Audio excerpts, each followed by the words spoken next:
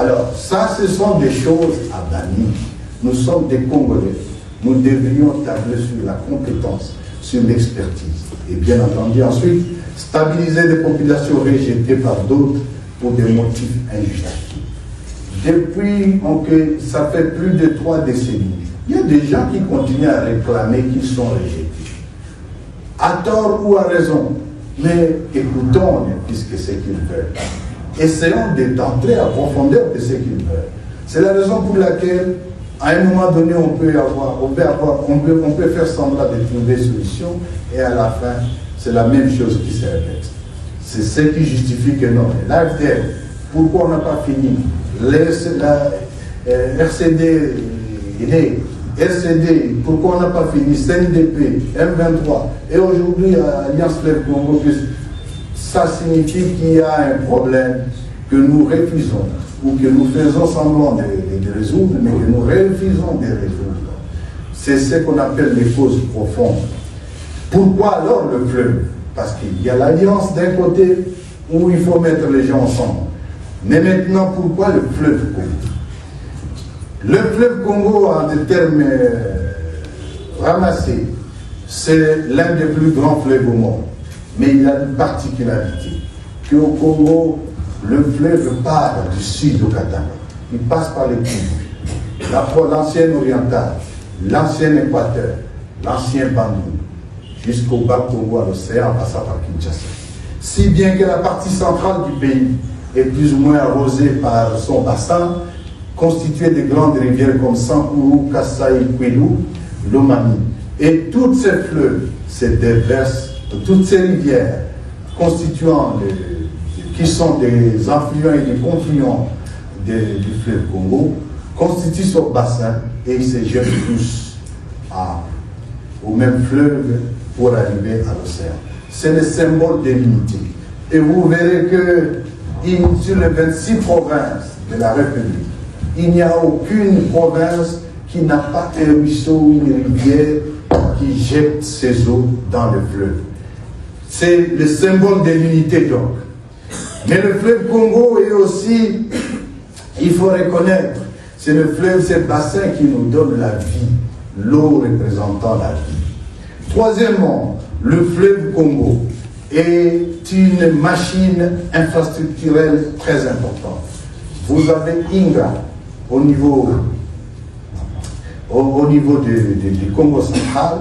Vous avez les biefs qui partent de Kinshasa jusqu'à Kisangani navigable, encore que même les bassins. Vous pouvez partir de Kinshasa jusqu'au Sankuru, jusqu'à Ikela, au-delà même de Ikela, jusqu'à la Chopo. Tous ces biefs sont navigables et constituent une autoroute que Dieu nous a donnée. Donc les 26 provinces sont reliées par voie des eaux au fleuve, mais le fleuve est aussi la mer nourricière de tout un peuple, riche, écosystème. Toute responsabilité, nous prenons les choses en main, nous allons les gérer. L'homme se découvre dans les difficultés. Et c'est un appel aussi que je lance. Une société sans la science, c'est une société aveugle. C'est un appel que je lance surtout aux économistes qui sont dans le monde scientifique à Goma et au nord. Venez, réfléchissons comment nous devons agir pour faire face à cette énième guerre que nous allons certainement surmonter sans faute. Les réflexions scientifiques ou les idées scientifiques sont les bienvenues. Nous allons cogiter ensemble pour régler les problèmes. L'autre défi, c'est pourquoi la culture politique et les institutions de la RDC vous semblent si désespérantes au point d'avoir déclaré souhaiter refonder l'État le 15 décembre 2023 à l'annonce de la création de l'AFC? En effet, mon expérience électorale et la gestion de la CENI, comme je vous l'ai dit tout à l'heure, m'a permis de comprendre aussi beaucoup de choses. C'est une expérience très riche qui a permis de comprendre le Congo. J'ai visité tous les Congos, toutes les provinces, presque tous les territoires. Et j'ai compris les vrais problèmes du Congo. C'est la raison pour laquelle je vous ai parlé d'un questionnement sur le mode de gouvernance qui est dans mon pays. Ce qui est sûr aujourd'hui, 60 ans après l'indépendance, il est malheureusement constaté que nous continuons à blâmer les autres. Nous continuons à trouver les boucs émissaires. Nous continuons à penser que non, c'est d'autres qui doivent nous donner à manger, que c'est d'autres qui doivent sécuriser les pays, que c'est d'autres qui doivent faire ce qui est de notre responsabilité. Pour nous, ayant compris ces éléments, nous nous sommes dit, pourquoi depuis 30 ans, il y a par exemple la question d'insécurité permanente au Congo, surtout dans sa partie orientale. De l'Ituri, du moins des Ouélé à l'Ituri jusqu'au Katanga, au nord Katanga surtout, l'insécurité est permanente, surtout dans la partie de l'Ituri, au nord Kivu, au sud Kivu, au Maniema. Et aujourd'hui, cette insécurité s'est élargie avec des conflits ethniques et même à la partie ouest, nous avons au Congo ce qu'on appelle l'absence d'autorité d'État. Je dirais même que c'est l'absence de l'État. Parce que le rôle premier de l'État, c'est quoi? C'est l'armée, la police, l'administration et la justice. Dès lors que ces 4 piliers tombent, il n'y a plus d'État. Et lorsqu'on arrive à ces niveaux, mesdames, arriver à ces niveaux des piliers qui n'existaient pas, ça devient une jungle. La partie orientale du Congo est en quelque sorte une jungle, où le Congo en général est une jungle. Conséquence, les groupes Maï-Maï naissent dans chaque entité. Aujourd'hui, on a compté avec le régime Tshisekedi plus de 300 groupes armés. Alors qu'en 2018, le Congo, bien sûr, qui avait des problèmes, le nombre de groupes armés avait déjà baissé jusqu'au niveau de moins de 30. Les bandits des autres pays, voyant que la jungle est au Congo, tous viennent au Congo. C'est le cas des FDLR. Bandits ou des anciens génocidaires, les terrains favorables, c'est là où il n'y a pas d'État. C'est pourquoi ils viennent où ils sont au Congo et ils fleurissent au Congo. Les EDF, des bandits ougandais, ne pouvant pas opérer en Ouganda, mais aussi il y a l'ancienne opposition armée ougandaise de l'armée, on appelait ça des CONI, ne pouvant pas opérer en Ouganda parce que là-bas il y a un État, tous viennent là où il y a la jungle. Il faut ajouter dans le nord les Mororo, qui viennent des pays voisins, l'Afrique, le Soudan du Sud, la RCA, même les Tchad, ils viennent au Congo parce que c'est la jungle. Comment gérer cette question? On se voit que non, il y a un problème. Pour trouver une réponse radicale à cette question, surtout d'insécurité, il est nécessaire de refonder l'État. Notre objet en tant qu'Alliance Fleuve Congo, premier objectif, c'est refonder cet État. Et cet État, c'est réhabiliter les 4 fonctions régaliennes.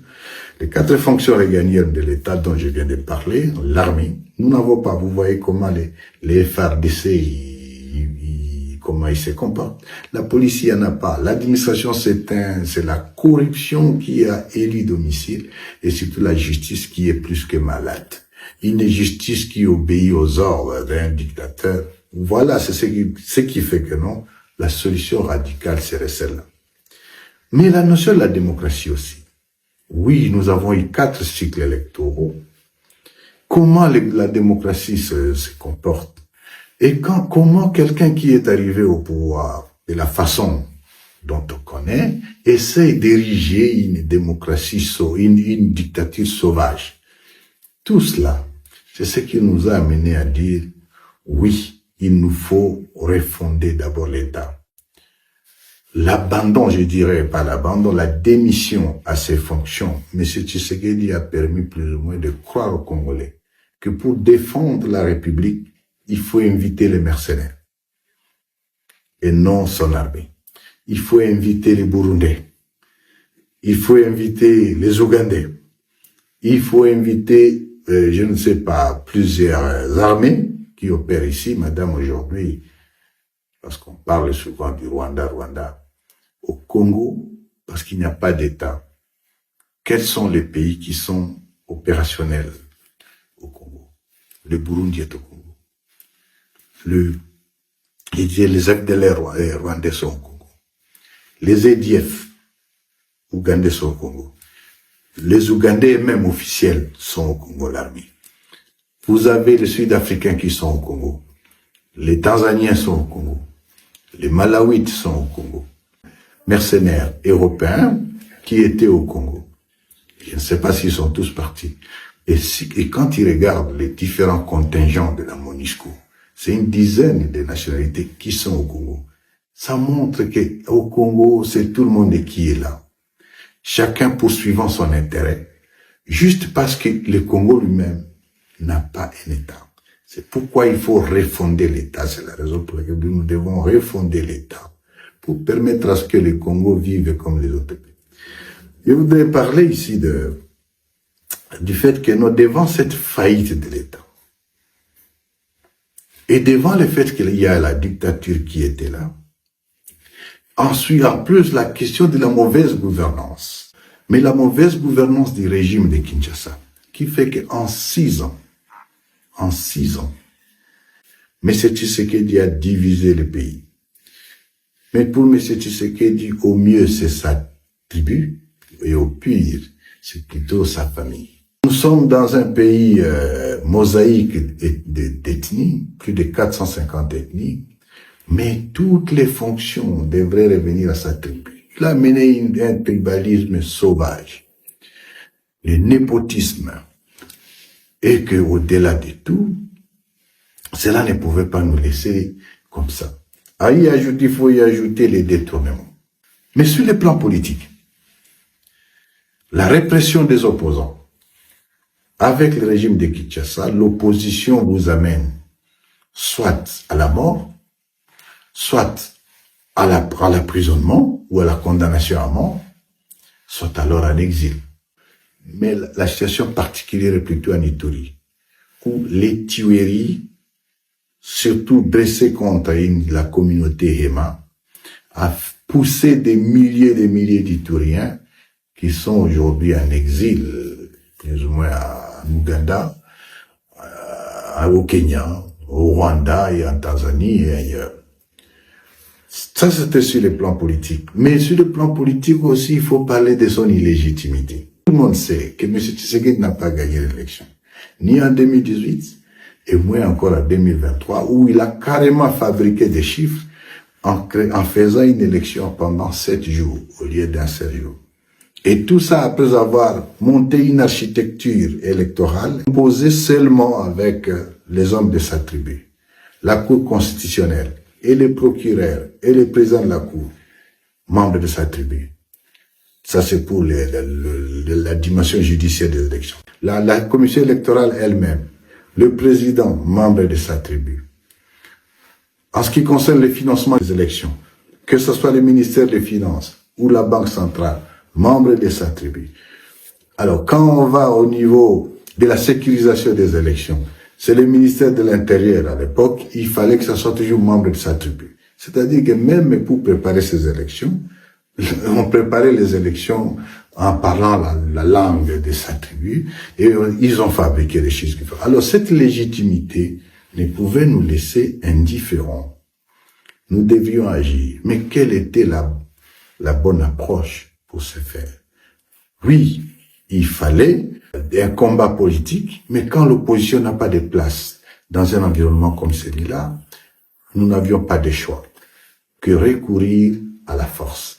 Et ce, conformément à l'article 64 de la Constitution, qui nous autorise justement à barrer la route à toute personne qui oserait s'accaparer la démocratie comme il l'a fait.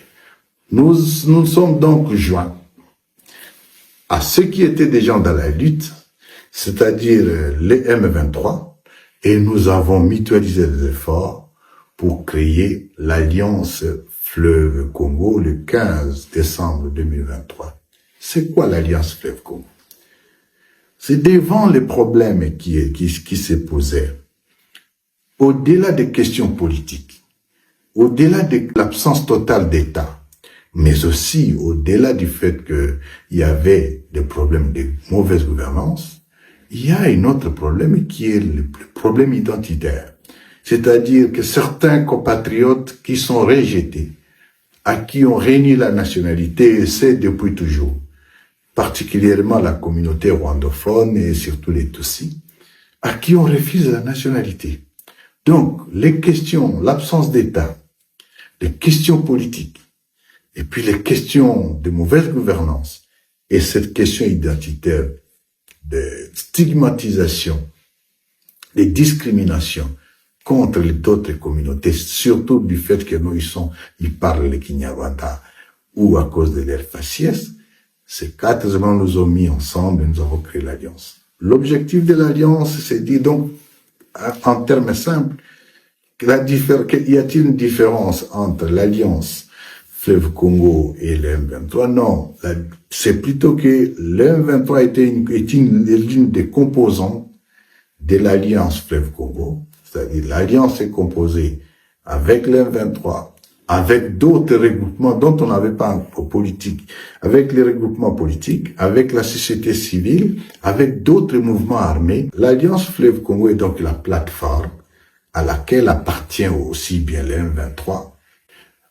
à laquelle appartient aussi les personnalités et les partis politiques, à laquelle appartient aussi les membres de la diaspora et à laquelle appartient aussi les organisations de la société civile. L'objectif de l'AFC, c'est quoi? En 30 ans, il y a l'insécurité. Comment éradiquer définitivement cette question? C'est ça l'Alliance Fleuve Congo. De notre vision, c'est ramener le vivre ensemble. Que les communautés vivent ensemble les unes à côté des autres.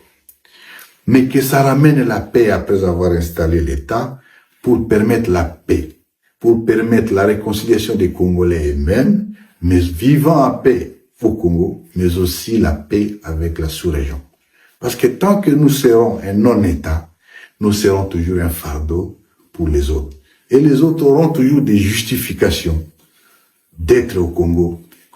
Je veux dire, en conclusion, que la communauté universitaire est attendue à la reconstruction de la paix, la cohésion nationale, mais je dirais au développement ou au lancement du développement de la République démocratique. Oui, nous avons des intelligences. Oui, nous avons des connaissances. Oui, nous avons de l'énergie. Aujourd'hui, nous avons la jeunesse. Mais ce qui manque à cette jeunesse, c'est l'application de certains principes qui font qu'on se mette à travailler. Et quand on dit à un jeune, pourquoi tu ne travailles pas? Je n'ai pas de travail. Mais crée-en un. Pourquoi on ne crée pas? Nous qui prions, la Bible dit que Dieu nous a créés à son image. L'image de Dieu, c'est un Dieu créateur. Pourquoi nous, on ne peut pas créer? Pourquoi on doit s'appuyer sur les autres?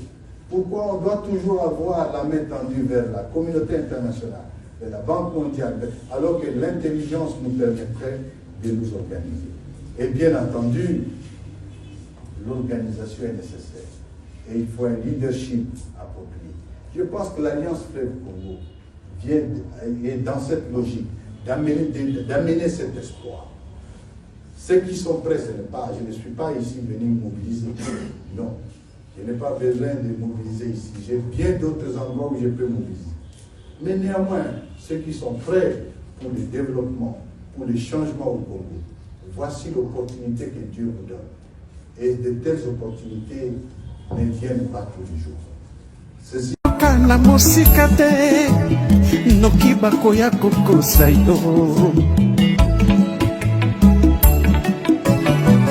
Alliance Fleuve Congo, Kolanda na mosika te, yakayo moko, oye kola, oye yeba.